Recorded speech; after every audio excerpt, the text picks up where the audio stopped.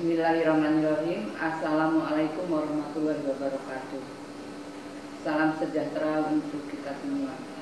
Untuk yang pertama akan saya jelaskan adalah tentang etika di pendidikan biologi. Etika sudah dibicarakan oleh Ibu Dekan 1 panjang lebar, jadi saya hanya sedikit saja hanya menambahkan tentang bicara tentang etika. Bicara tentang etika sebenarnya yang penting adalah bahwa kita hidup itu harus bisa saling menghormati, ya, harus bisa saling menyayangi, saling membantu dan saling menghargai. Bagaimana itu kita lakukan? Tidak hanya kepada dosen, kepada teman juga kita harus saling menghormati. Artinya tidak ada yang membuli, ya, itu tidak boleh, ya, tidak ada yang menghina temannya, ya. Kita selalu menghormati teman dengan karya-karya yang dihasilkan oleh teman kita. Kalau menurut kita hasil karyanya kurang baik, kita katakan baik, ya. Artinya apa? Artinya itu adalah saling menghormati. Dia juga begitu, ya. Itu adalah etika yang harus kita miliki. Kemudian kita harus saling menyayangi, ya, harus saling menyayangi, tidak sikut-sikutan, ya, tidak mengucapkan kata-kata yang buruk, ya, kata-kata yang baik kepada mahasiswa teman kita maupun apalagi kepada dosen, pada orang tua itu tidak boleh mengungkapkan kata-kata buruk, ya. Kemudian saling membantu, ya. Saling membantu ini penting, ya, etika yang sangat penting buat kita supaya kita semua bisa maju, ya. Kalau di dalam kelas itu ada yang lemah, kasihlah bantuan. Lemah itu maksudnya bukan lemah secara ekonomi saja, tetapi misalnya kurang dalam buku-bukunya, kurang belajarnya dan sebagainya, kita harus kasih semangat, ya. Itu adalah kata-kata saling membantu. Benar, saling menghargai, ya, saling menghargai. Kita hargai setiap karya cipta teman kita, ya, itu harus kita hargai. Kepada dosen juga kita harus menghargai, ya. Jadi itu adalah etika yang penting. Yang penting adalah kita harus bisa mencapai cita-cita kita bersama, ya. Cita-cita kita apa? Cita-cita kita adalah untuk memajukan pendidikan biologi di seluruh Indonesia, bahkan kalau bisa seluruh dunia, ya. Itu adalah cita-cita kita, ya. Dalam etika untuk dosen itu tidak diperkenankan berkata kasar kepada mahasiswanya, ya, dan harus memperlakukan mahasiswa secara adil tanpa memandang status sosial, tanpa memandang agama, ya, dan ras, atau kita sebut biasa dengan sara. Itu tidak boleh, ya. Kemudian harus terbuka dalam menyampaikan keilmuan di bidangnya dan menghargai perbedaan yang terjadi dalam proses belajar, ya. Saudara bisa bebas menyampaikan pikirannya, ya, asalkan harus ada dasar, ya, harus ada dasar. Katakan kalau tidak setuju dengan dosen, maka katakan pendapat kalian, kemudian kalian harus punya dasar mengapa tidak setuju, gitu, ya. Itu yang penting. Kemudian kewajiban mahasiswa apa, ya? Kewajiban mahasiswa adalah menjunjung tinggi kebenaran ilmiah yang diakui kesahihannya, gitu, ya. Jadi kemudian tidak hanya percaya kepada, sekarang lagi marak dengan hoax, ya. Tidak percaya dengan adanya hoax, ya. Jadi yang sederhana saja, misalnya vitamin C kalau dipanaskan dia akan hilang. Itu banyak itu, ya, di yang dikirim-kirim oleh anak-anak itu. Tapi sebenarnya vitamin C itu akan berkurang kadarnya apabila dipanaskan, ya. Tapi masih tetap ada.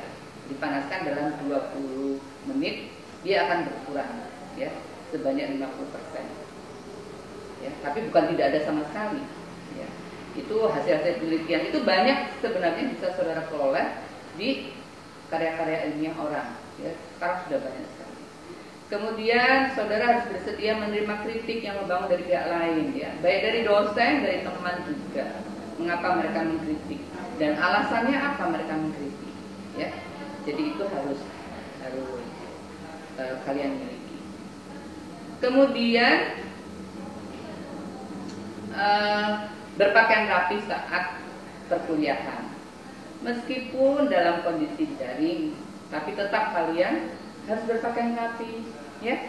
Kalau di FKIP ini aturannya apa? Menggunakan baju yang ada kerahnya, ya, ada kerahnya. Meskipun kaos juga ada kerahnya, jadi tidak boleh kaos oblong, tidak boleh. Jadi ketika saudara mengikuti kuliah di rumah daring, itu tidak bisa saudara menggunakan pakai kaos oblong aja lah, gitu ya. Kadang-kadang ada juga ya yang ibu kuliah, dia baru bangun, ya, dia baru bangun, rambutnya acak-acakan, ya, terus dia baru bangun, kemudian kenapa kamu terlambat? Maaf bu, saya baru bangun, belum juga gosok gigi kali ya. Jadi tidak boleh seperti itu, ya. Artinya itu tidak menghormati atau tidak menghargai dosen yang mengajarkan, ya. Jadi itu adalah etika yang ada di jurusan pendidikan biologi. Ada sanksinya enggak kalau misalnya kita melanggar? Ya. Sanksinya apa? Kalau misalnya kita tidak menggunakan, misalnya kalau kalian nanti sudah ke Unsil, kemudian ada beberapa praktikum yang harus dilaksanakan, itu kalian harus wajib menggunakan jaslab, ya, harus wajib menggunakan jaslab. Kalau tidak menggunakan jaslab gimana? Ya tidak boleh masuk, tidak boleh ikut praktikum, ya. Mungkin nanti ada beberapa mata kuliah yang mewajibkan praktikum, sehingga mewajibkan kalian juga harus datang di Universitas Siliwangi ini, ya. Kemudian kecurangan dalam proses belajar, ya, nyontek, ya, kemudian menandatangani kehadiran orang lain, itu ada sanksinya, ya. Kemudian menghambat proses belajar mengajar, ya, di kegiatan resmi di lingkungan Universitas Siliwangi. Misalnya begini, lagi musim demo, ya, pada musim demo, kita sedang belajar nih di kelas. Terus kalian, karena kalian ikut demo, kalian membawa mikrofon, teriak-teriak, ayo ikut ke lapang, ya. Itu mengganggu proses belajar mengajar, ya. Jadi kalau anaknya memang mau ikut demo, ya silahkan ikut demo keluar, tapi kalian nggak perlu lagi teriak-teriak di depan kelas untuk mengajak teman-teman untuk ikut demo, misalnya seperti itu, ya. Itu juga akan mendapatkan sanksi. Kemudian menyebarkan tulisan-tulisan dan paham-paham yang terlarang oleh universitas dan pemerintah, ya. Jadi kalau pemerintah melarang, tentu universitas juga melarang, ya.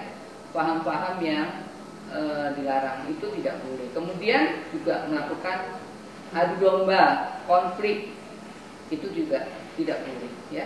Jadi hal-hal yang negatif itu pasti ada sanksinya, ya. Jadi kalian harus tahu. Kemudian satu lagi, ya, kalian itu